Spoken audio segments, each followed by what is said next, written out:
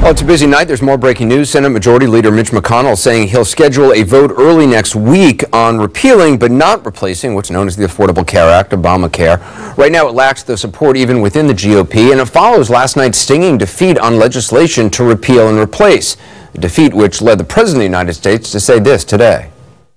We're not going to own it. I'm not going to own it. I can tell you the Republicans are not going to own it. We'll let Obamacare fail, and then the Democrats are going to come to us. It's not exactly Harry Truman's "the buck stops here," nor John F. Kennedy's wry observation as he accepted responsibility for the failed Bay of Pigs operation that victory has 100 fathers and defeat is an orphan. It's not even Otter's words of tough love to his Delta House frat brother Flounder: "You effed up, you trusted us." Not even that. Instead, just this. We're not going to own it. I'm not going to own it. I can tell you the Republicans are not going to own it. Well, the president clearly wanting people to believe that this is not his problem, not even a Republican problem. According to the president, the problem is that no Democrats came on board. It's as if the president has forgotten one of his most frequently repeated promises throughout the election.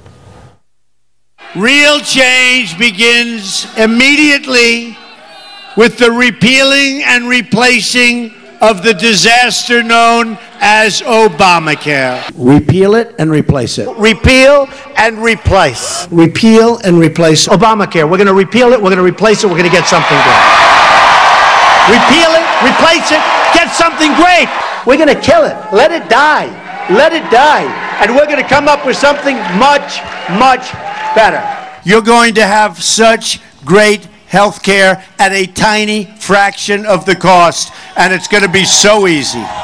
Now, though, the president says he favors repealing Obamacare without a replacement, which I just mentioned the Senate will vote on next week. That's a big change from the campaign. Back then, he took pains to reassure those who might depend on Obamacare provisions they would not be left out in the cold. No repeal, he said, without a replacement, something better. We're going to do it simultaneously. It'll be just fine. We're not going to have like a 2-day period, and we're not going to have a 2-year period where there's nothing.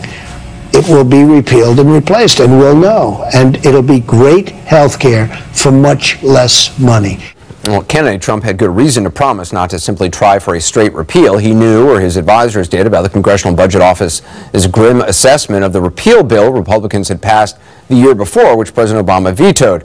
The CBO's estimated that 32 million people would lose coverage under that. Now, you can agree or disagree with the assessment, as many Republicans have. You can say it's only 3.2 million or even 320,000 people losing coverage. But now that he's president, Donald Trump is responsible for what happens to each and every one, which he seemed to recognize back when he was trying to win their votes. He seems less concerned now that he says he's not going to own it, which is strange because when the House version passed this spring, the president was eager to own that one. He threw a big victory celebration there in the Rose Garden. He also, as you know, makes a big production out of signing ceremonies and presidential proclamations. He's not going to own it, he says now. 4 years ago, as a citizen, he said something very different indeed. In a tweet back in 2013, Donald Trump gave this piece of leadership wisdom.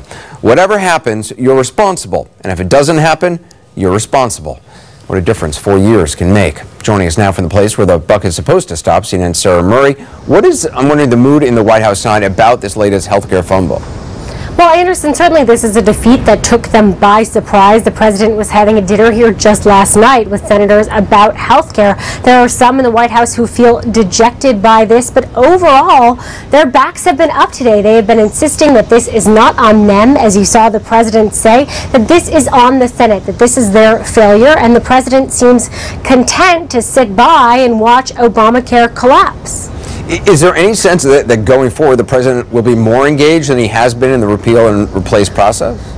I think one of the things to keep in mind about this process is the president has wide latitude to sell this bill. He did not use the bully pulpit to do so. He did not make the case to the American public that this was a good bill for them, that this was a good deal for them, this was a good deal for their health insurance. He also didn't do all that much arm twisting behind the scenes. Now today, they laid the blame at the feet of the Democrats. Sarah Huckabee Sanders at the podium off camera suggested that they might be willing to have some kind of bipartisan fix. But we have not seen that kind of outreach from the White House. And as you are pointing out, this does raise the question of how the president sees his role in all of this. It's one thing if you are a candidate to say, we will stand by and watch this collapse, but the reality is he is the president now, and people who voted for him are dealing with increasing premiums under former President Obama's health care bill. They're dealing with insurers who are pulling out of markets because of issues with former President Obama's health care bill, and the reason they voted for President Trump, the reason they elected him,